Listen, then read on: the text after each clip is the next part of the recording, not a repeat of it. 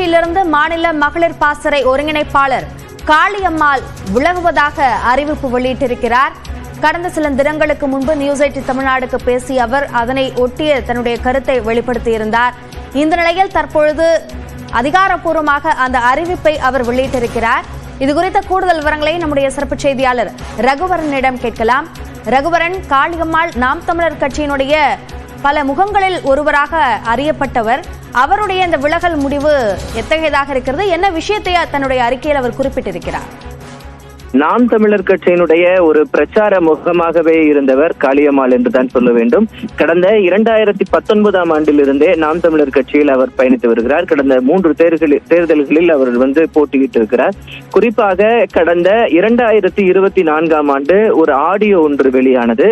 காளியம்மாள் தொடர்பாக சீமான் அவர்கள் பேசியதாக ஒரு ஆடியோ வெளியானது. அந்த ஆடியோ வெளியானதிலிருந்தே கடந்த 1.5 வருடங்களாகவே அவர் கட்சி பணிகளில் ஒரு சுணக்கமாக இருந்ததை பார்க்க முடிகிறது. கடைசியாக பாத்தீங்கன்னா கடந்த நவம்பர் மாதம் டிசம்பர் மாதம் தான் அவர் கட்சி பணிகள்ல கட்சி நிகழ்ச்சிகள்ல பங்கேற்றார். அதன் பிறகு அவருக்கு கடந்த 2.5 மாதத்துக்கு மேலாக எந்த கட்சி பணிகளிலும் நிகழ்வுகளிலும் அவர் பங்கேற்கவில்லை. அது மட்டும் இல்லாமல் அவர் ஒரு மாநில பேச்சாளராக இருந்தார். மகளிர் பாசறையினுடைய தலைவராக இருந்த நிலையில் மாநிலம் முழுவதுமே அவருக்கு தலைமையிடத்திலிருந்து சுற்றுப்பயண விவரங்கள் அளிக்கப்படும். ஒவ்வொரு மாவட்டத்திலும் அவர் எந்தெந்த பகுதியில் பேச வேண்டும், பிரச்சாரங்களை எடுக்க வேண்டும் என்ற தொடர்பான பட்டியல்கள் எல்லாம் கொடுக்கப்பட்டிருந்தது. ஆனால் அவை அனைத்துமே கடந்த 2 மாதங்களாக நிறுத்தப்பட்டிருந்த நிலையில் காளியம்மாள் தொடர்ந்து விலகி இருந்தே வந்தார். அவரை சுற்றி எப்போது அவர் கட்சி விட்டு விலகுவார் என்ற தொடர்பான சர்ச்சைகள் எல்லாம் எழுந்து வந்த நிலையில் நியூஸ் 8 தமிழ்நாடு தொலைக்காட்சி நேற்று முன்தினம் ஒரு செய்தி வெளியிட்டிருந்தது. அவரது ஆடியோவுடன் அவர் விரைவிலே விலக இருப்பதாக தெரிவித்திருப்பதாக நாம் அந்த செய்தியை வெளியிட்டிருந்தோம். இந்த நிலையில தான் தற்போது காளியம்மாள் அவர்கள் தனது அறிக்கை வாயிலாக தான் கட்சியிலிருந்து விலகுவதை அவர் அறிவித்திருக்கிறார்.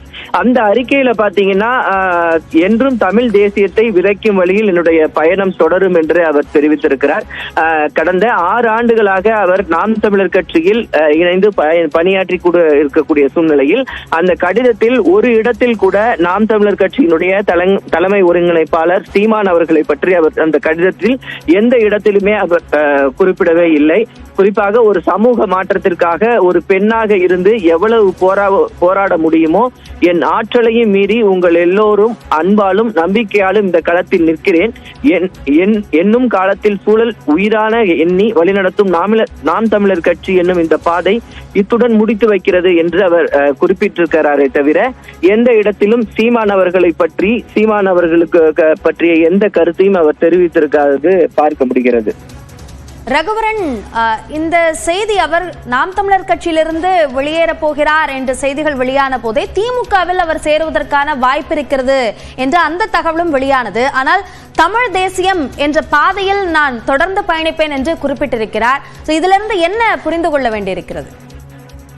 ஏற்கனவே அவர் கடந்த 2024ஆம் ஆண்டு அந்த ஆடியோ வெளியான போதே அவர் பல்வேறு கட்சிகளில் இணையலாம் என்று சொல்லப்பட்டது.